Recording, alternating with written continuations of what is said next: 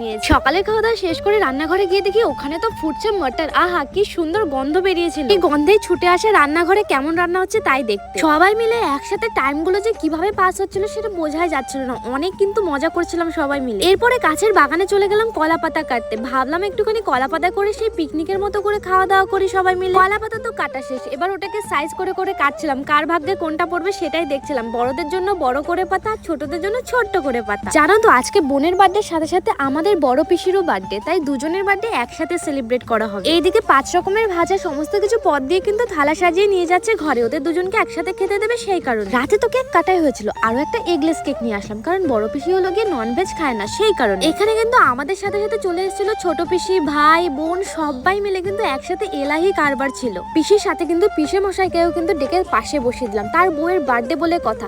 পিসির 65 বছর আর বোনের 24 বছর পূরণ হলো। দুজনে দুজনকে কেক খাইয়ে দিল আর কেক কাটা